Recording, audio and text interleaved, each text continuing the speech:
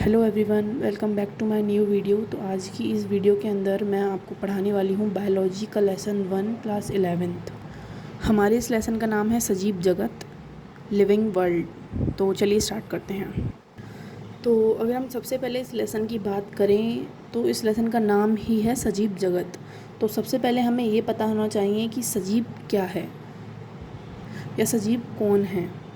तो वह कोशिकीय संरचना जिसमें गमन, उत्सर्जन, प्रजनन आदि ऐसी जो क्रियाएं हैं वो होती हैं, तो उन जीवों को हम सजीव कहते हैं, लिविंग्स कहलाते हैं वो जीव। तो जो सजीव हैं उनके कुछ लक्षण भी हैं। तो पहला लक्षण है गमन यानी मोशन। तो जो सामान्यतः सजीव होते हैं वो गति करने में सक्षम होते हैं, तो यही एक लक्षण उनमें पाया जाता है कि वो गमन कर सकते हैं। तो पहला लक्षण ये हो जाता है। और दूसरा लक्षण है श्वसन, ब्रीथिंग। मतलब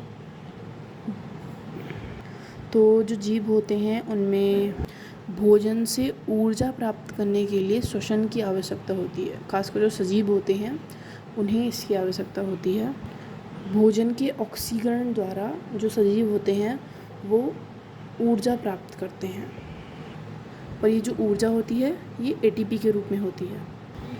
तो जो अगला एक लक्षण है वो हो जाता है उत्सर्जन। तो जो भी सजीव होते हैं उनके शरीर के अंदर जो भी वर्ज्य यानी जो बेकार पदार्थ होते हैं उन्हें शरीर से निकालने के लिए जिस प्रक्रिया की वो यूज़ करते हैं उस प्रक्रिया को उत्सर्जन कहते हैं। और अगला जो एक लक्षण हो जाता है वो हो जाता है कोशिकीय संरचना, सेल्स स्ट्रक्चर। तो किसी भी सजीव के जो शरीर का एक स्ट्रक्चर होता है वो अलग अलग होता है। प्रत्येक जीव की कोशिका संरचना अलग अलग होती है। कुछ जीव एक कोशिकीय या फिर मतलब कुछ जीव बहुकोशिकीय भी हो सकते हैं, जैसे प्रोटिस्टा या फिर एनिमेलिया। अगला लक्षण हो जाता है पोषण, न्यूट्रिशन। तो सभी जीव जीवित रहने के लिए पोषण ग्रहण करते हैं, और सजीवों में पोषण रीति स्वपोषी अथवा परपोषी हो सकती है।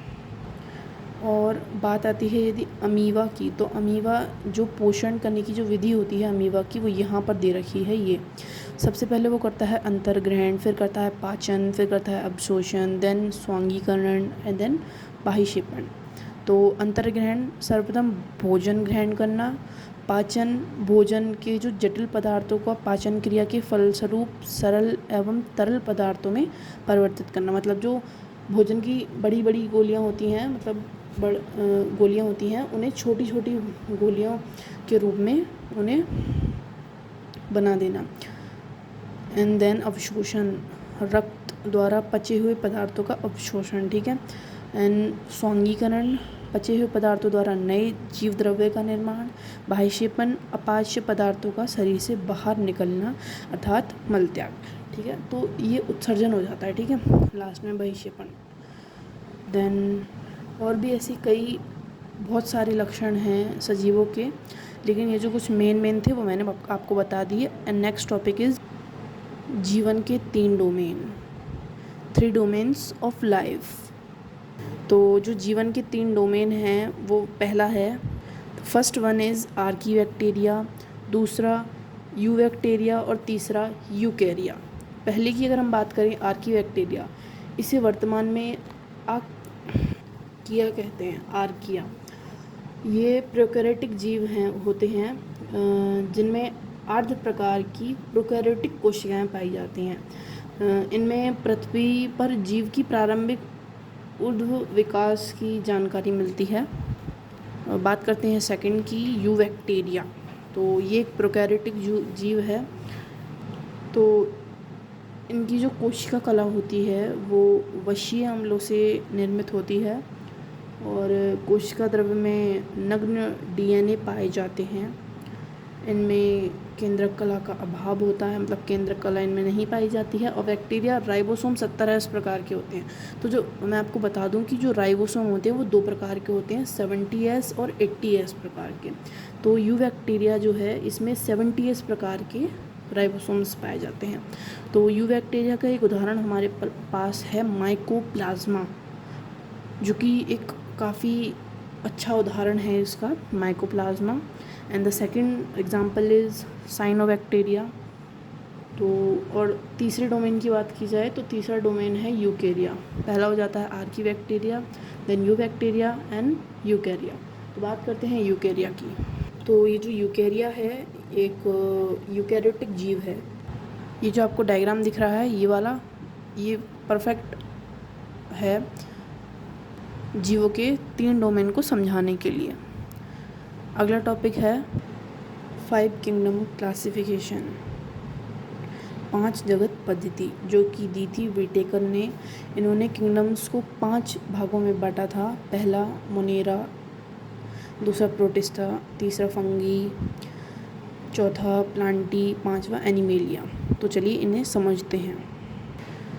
मेन किंगडम्स के बारे में आपको शॉर्ट में बता देती हूँ। तो जो सबसे पहला किंगडम है किंगडम मोनेरा, इसके अंतर्गत वो सभी जीव आते हैं जो एक कोशिकीय होते हैं तथा प्रोकैरियोटिक जीव होते हैं, वो इसी के अंदर आते हैं। इसमें जो न्यूट्रिशन मतलब पोषण होता है वो फोटोसिंथेसिस की क्रिया के द्वारा होता है, मतलब प्रकाश संश्लेषण की क्रिया के द्वारा होता है। इस किंगडम के उदाहरण हैं बैक्टीरिया, ब्लू ग्रीन एल्गी, मतलब नील हरित शैवाल। तो बात की जाए अगले किंगडम की, किंगडम प्रोटिस्टा। इस किंगडम के अंतर्गत यूनिसेक्युलर ऑर्गेनिज्म आते हैं, मतलब एक कोशिकीय जीव आते हैं। इनमें केंद्रक पाया जाता है। अधिकांश में चलने के लिए सीलियम में मतलब जो पादप होते हैं, पादप पाए जाते हैं और ये परपोषी या प्रकाश संश्लेषी होते हैं। इनमें रिप्रोडक्शन दोनों प्रकार का पाया जाता है और इसका जो एक एग्जांपल है वो है प्रोटोजोआ। अगले किंगडम की अगर हम बात करें तो वो है किंगडम फंगाई। तो ये मल्टी सेक्युलर होते हैं, मतलब इस जगत के अंतर्गत जो भी सब जीव आते हैं वो बहुकोशिकीय होते हैं। इनमें प्लास्टिड नहीं पाए जाते हैं, ये बहुकेंद्रकीय होते हैं और इनमें पोषण अवशोषण की जो एक क्रिया है उसके द्वारा होता है। इनमें गमन नहीं पाया जाता है। और इस जगत का जो एक उदाहरण है वो है समस्त वनस्पति, मतलब जो भी समस्त वनस्पति हैं वो इस किंगडम के अंतर्गत आते हैं। अगला हमारा जो किंगडम है वो है किंगडम प्लांटी। तो जैसा कि इसका नाम है वनस्पति जगत, इस नाम का लेसन आपके सेकंड लेसन है, तो उसमें मैं इसके बारे में पूरी एकदम अच्छे तरीके से समझाऊंगी। तो आप बस इतना समझ लीजिए कि इसके अंतर्गत पेड़ पौधे ही रखे गए हैं।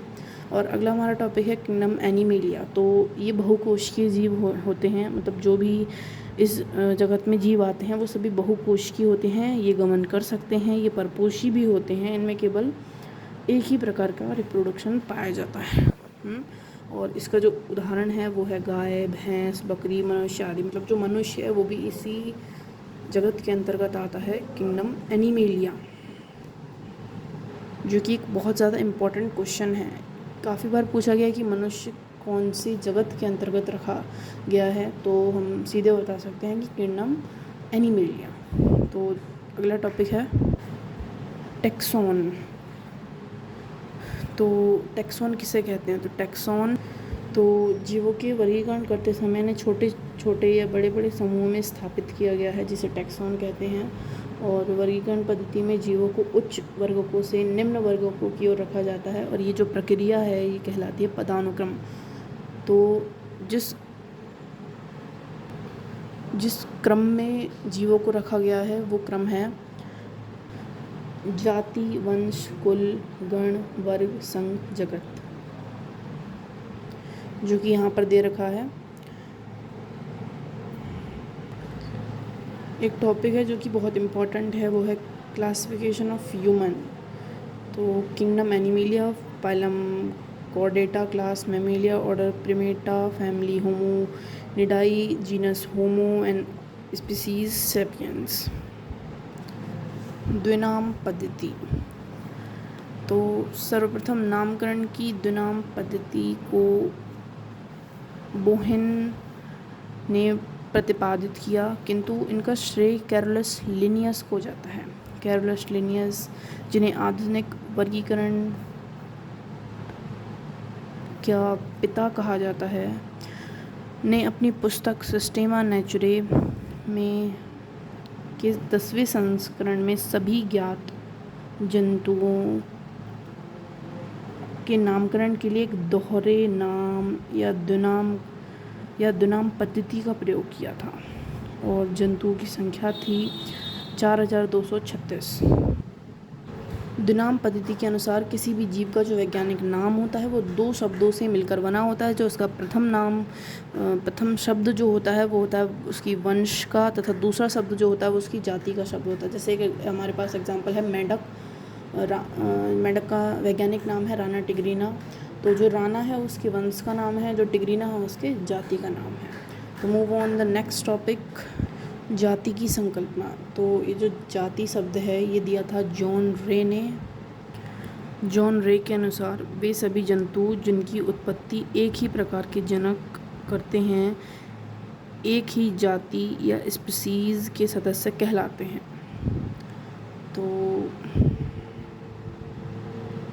तो इस लेसन के जितने भी इम्पोर्टेंट और जितने भी सभी टॉपिक्स थे वो मैंने इस वीडियो में कंप्लीट करा दिए हैं।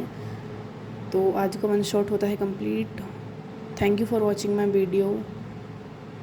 Thank you.